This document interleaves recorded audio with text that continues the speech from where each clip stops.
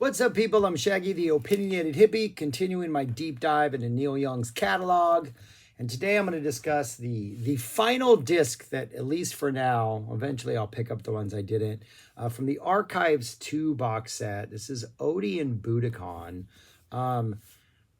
This was also released as a standalone LP on vinyl a couple years, last year. But the box set came out in like 2020. This was released in 2023. It is a single CD live document of Neil Young and Crazy Horse from their 76 tour. Performances from March. The first disc and or side of music is acoustic or piano acoustic. So it's just Neil and their performances from the Odeon Hammersmith in London.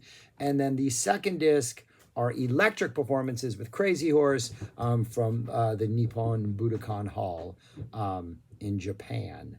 It's about a 43-minute, 44-minute album. Like it's your normal album length, but it is one of the quickest listens like I've ever heard. It just seems like you put it on, next thing you know, it's over. It's a great listen. You feel satisfied. Neil's in great spirits. The track list, the songs that they handpicked out of these, the acoustic set and the electric set, provide a nice variety of songs. There is a story about the electric set. Apparently a couple members of Crazy Horse took some psychedelic drugs, maybe a couple of tabs, for the second set, and they have stories about hallucinating and seeing things.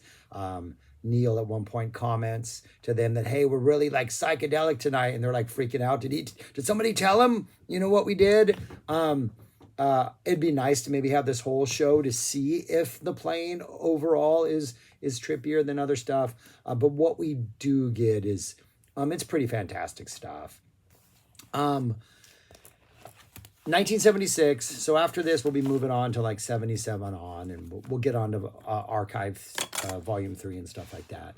But what we get on this is this opens up with the Old Laughin' Lady. Nice solo acoustic version. That middle section is essentially a harmonica solo. At the end of this, he goes into like a little snippet of Guilty Train, which he did earlier in the decade. Seems like a verse of that or a chorus of that. Just an awesome song, awesome performance. The energy's good. The vibe is good. We get an After the Gold Rush after that. He switches to piano for After the Gold Rush. Then we get, and this is kind of a treat, we get a solo acoustic, Too Far Gone. We're getting a lot of Too Far Gones in this era. Neil was prepared to put it on a studio album, and it seems. It would not appear until Freedom, little over 10 years later.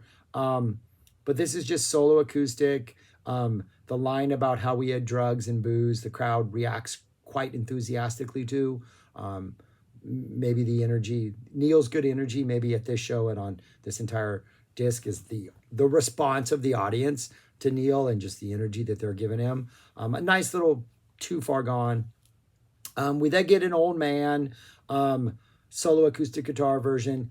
Neil, his guitar playing just sounds so fantastic. The sound of the guitar, the sound of the playing, just everything about this. It's just, I've said this about Jethro Tull in my Jethro Tull reviews, but I'm going to say the same thing about Neil.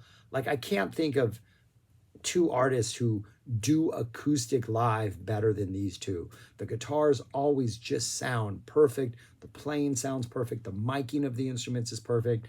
Old Man is another just great example of that. Great vocal performance. Neil is really into this vocally.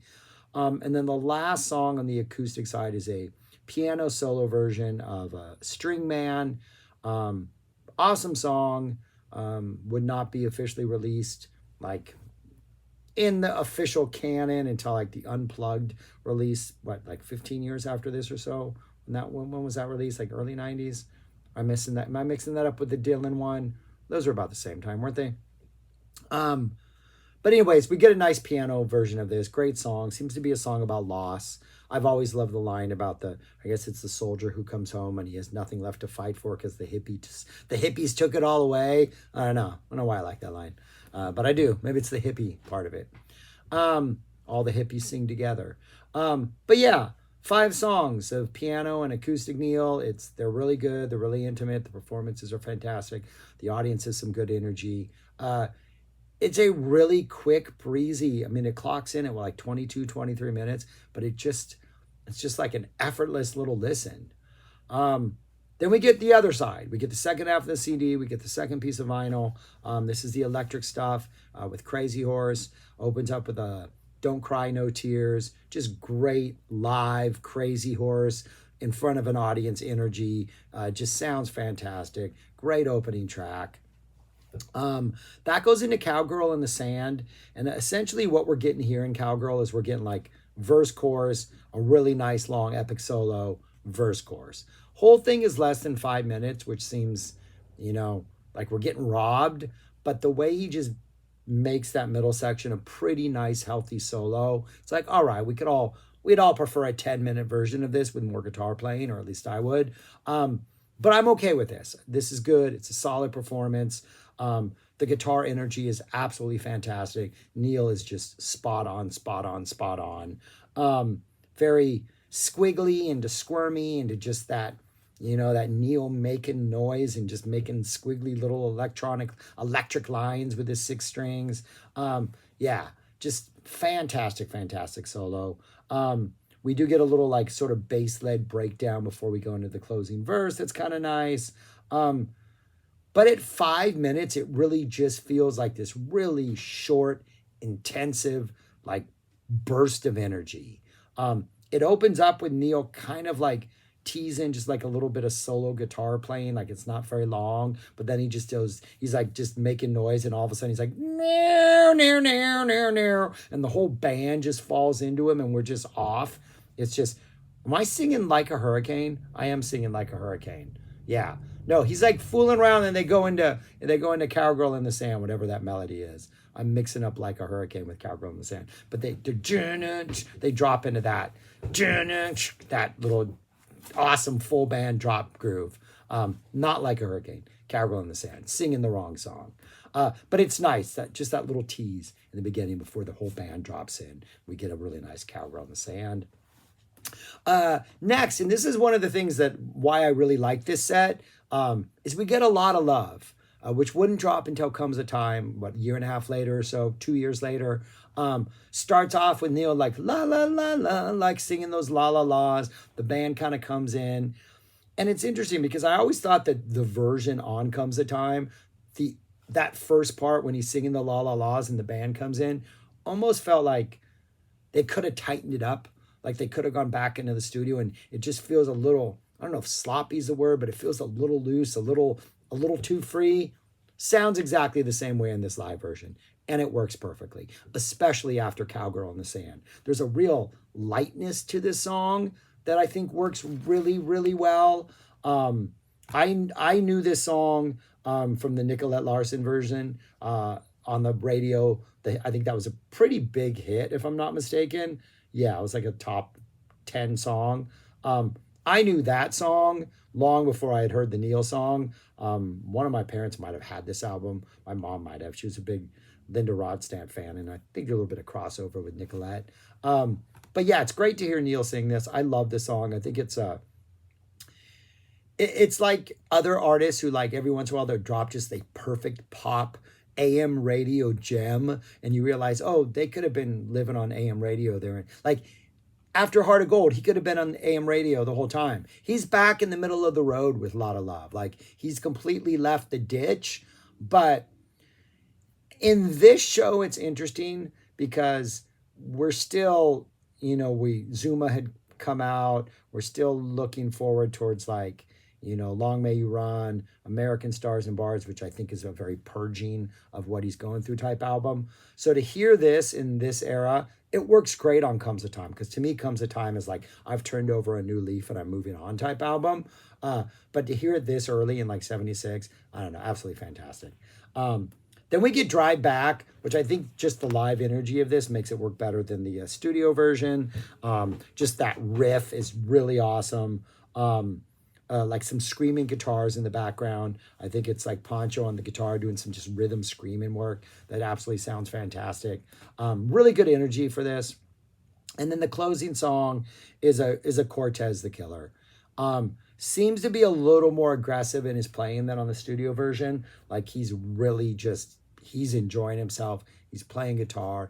Neil's being guitar hero. There are times when he starts making this like wow wow like weird bending noises that remind me of Modest Mouse, especially like early Modest Mouse. And I'm wondering if, I mean, it seems like there probably is some Neil influence in those early Modest Mouse guitar sounds, and especially in this Cortez the Killer, I start to hear a little Brock action in the way he's playing the guitar, and that's pretty cool. There's no reggae ending, which we get mass points for not going into that silly little ending that he does, that he would end up doing in a couple years. But yeah, this is, yeah, it's a great 45 minutes of live Neil. 5 acoustic, guitar and piano, 5 electric with Crazy Horse. We get really old songs like Old Laughing Lady. We got After the Gold Rush. We got stuff that had not been released yet in this era, Too Far Gone, String Man, Lot of Love. We get some Cowgirl early. We get some core. We're all over the map, and the selections are fantastic. Whoever compiled this did a wonderful job. It sounds fantastic. If you don't own it, and you also don't own Tuscaloosa, or you don't own Homegrown, or you don't own any of those Doom, you need the Archives 2 box set, man. It is a score. It is all just fantastic stuff. Sounds good. The selections are good. But yeah, it's a good live album. It's a really good little nice 76 taste of Neil. Neil Young, Odeon Budokan. I recommend you check it out if you haven't. It's just absolutely fantastic. NYCH, I like that. Neil Young Crazy Horse. I don't know. I don't think I've noticed that before, but that's cool. There's Neil making weird noises with his guitar. Good listen, people.